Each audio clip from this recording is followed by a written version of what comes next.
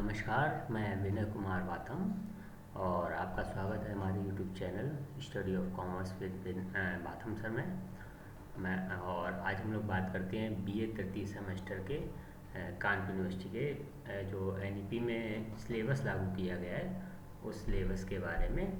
क्योंकि आपको सभी को पता है कि पिछले सत्र से हमारे कानपुर विश्वविद्यालय ने एनईपी सिलेबस लागू कर दिया है और जो बच्चे लास्ट ईयर फर्स्ट सेमेस्टर में थे वो अभी प्रेजेंट में थर्ड सेमेस्टर में उन्होंने प्रवेश लिया है।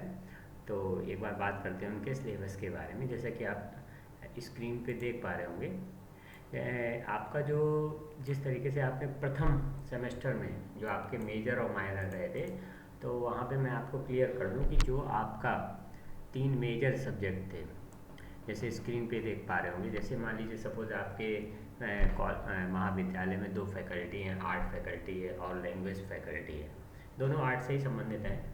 तो यहाँ पे आपको चूँकि एनईपी में इन सभी सब्जेक्ट को, जैसे कि आप स्क्रीन पे देख पा रहे हैं, इकोनॉमिक्स है, हिस्ट्री है, पॉलिटिकल साइंस है, सोशलॉजी है, ज्योग्राफी है, इन सब्जेक्ट को आर्ट फैकल्टी में माना गया है।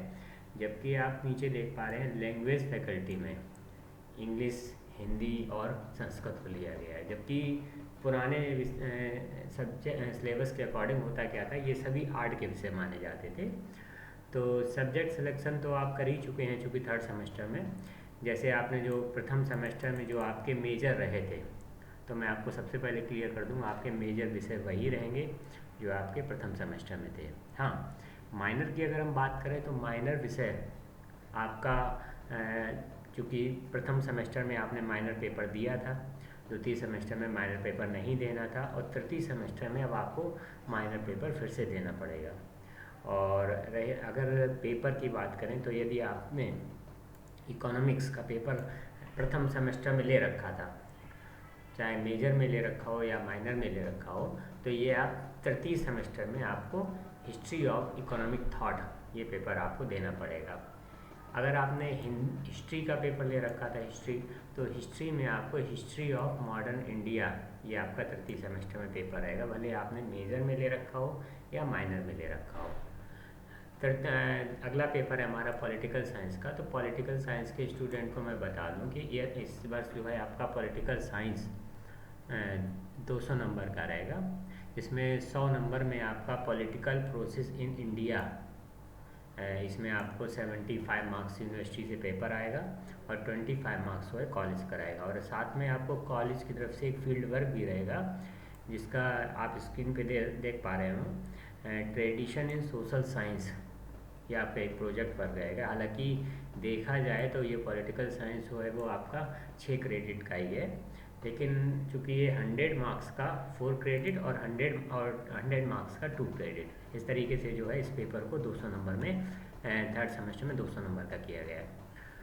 सोशलॉजी की अगर हम बात करें तो सोशलॉजी का पेपर 100 मार्क्स का ही है और जिसका जो पेपर का नाम है social change and social movement, ये आपका पेपर रहेगा, 6 क्रेडिट का है। ज्योग्राफी की अगर बात करें तो ज्योग्राफी के पेपर को भी 2 भागों में डिवाइड किया गया है पॉलिटिकल साइंस की तरह।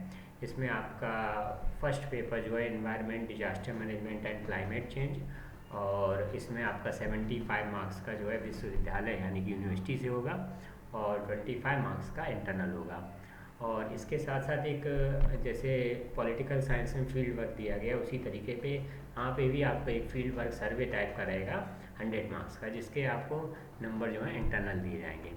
अब हम लैंग्वेज फैकल्टी की बात करें तो लैंग्वेज फैकल्टी में यदि आपके पास इंग्लिश सब्जेक्ट रहा था तो इंग्लिश में आपको इस वर्ष जो है ब्रिटिश एंड अमेरिकन ड्रामा, इस पेपर को आपको पढ़ना है।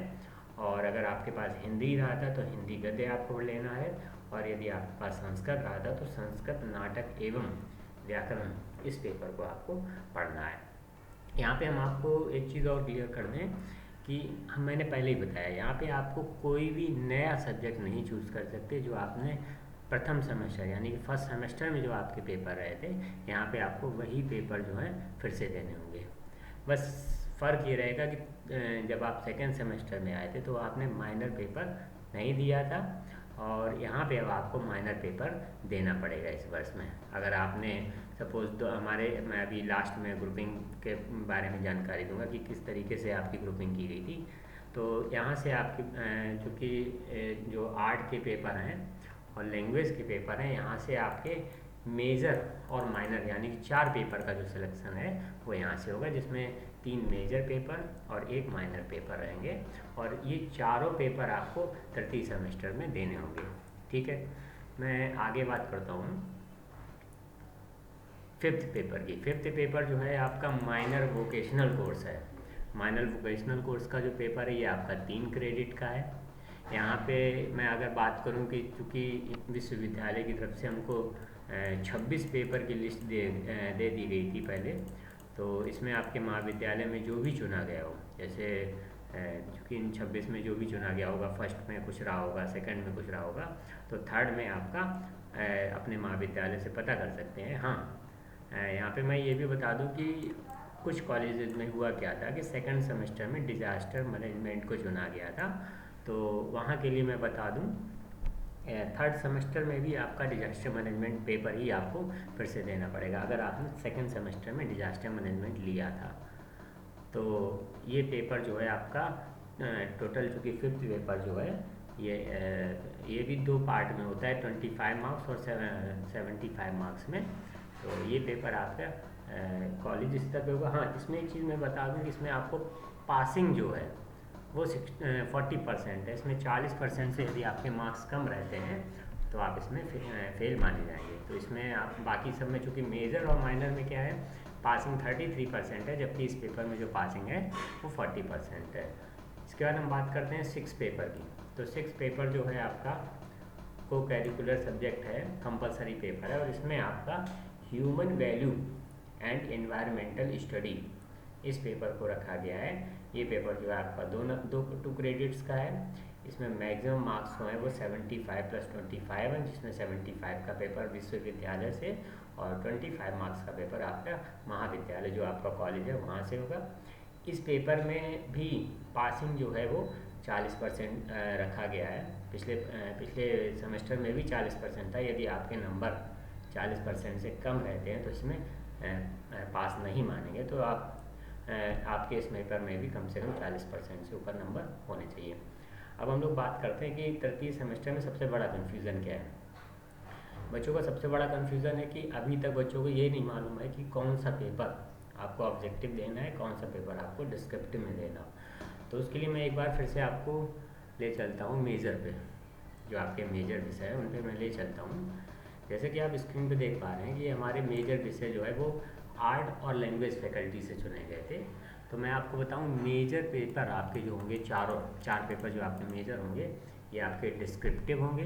डिस्क्रिप्टिव मतलब लिखना होगा, इसमें आपको ऑब्जेक्टिव नहीं मिलेगा। हाँ, 25 मार्क्स का जो आपका महाविद्यालय कराएगा वो पेपर जो है आपका ऑब्जेक्टिव हो सकता है, लेकिन वो आप अपने महाविद्यालय से पता कर लें कि ऑब्जेक्टिव होगा या डिस्क्रिप्टिव होगा। साथ में उसमें आपको ध्यान रखें कि अपना जो भी आपका असाइनमेंट हो, फाइल वगैरह जो भी सबमिट कराना उन्हें टाइम से सबमिट कर दें। अटेंडेंस का ध्यान रखें कि उसके भी कुछ मार्क्स हैं। तो ये जो 4 पेपर होंगे हमारे, 3 मेजर पेपर और 1 माइनर पेपर, थर्ड सेमेस्टर में ये पेपर आपके जो हैं डिस्क्रिप्टिव रखे गए हैं। अब हम बात करते हैं फिफ्थ पेपर की। तो फिफ्थ पेपर जो वोकेशनल पेपर है, जिसके बारे में अभी मैं बता रहा था, ये पेपर आपका पूरा ऑब्जेक्टिव होगा। इसमें आपको डिस्क्रिप्टिव नहीं होगा, ये पूरी तरीके से ऑब्जेक्टिव भी रहेगा, जैसे आपने पिछले 2 सेमेस्टर में दे के आए हैं। और साथ साथ मैं ये भी बता दूं कि जो आपका 6 पेपर है, 6 पेपर की अगर हम बात करें तो ये पेपर भी आपका ऑब्जेक्टिव ही होगा। ये भी आपका जो है डिस्क्रिप्टिव नहीं होगा, ये पेपर भी आपको ऑब्जेक्टिव ही देना है।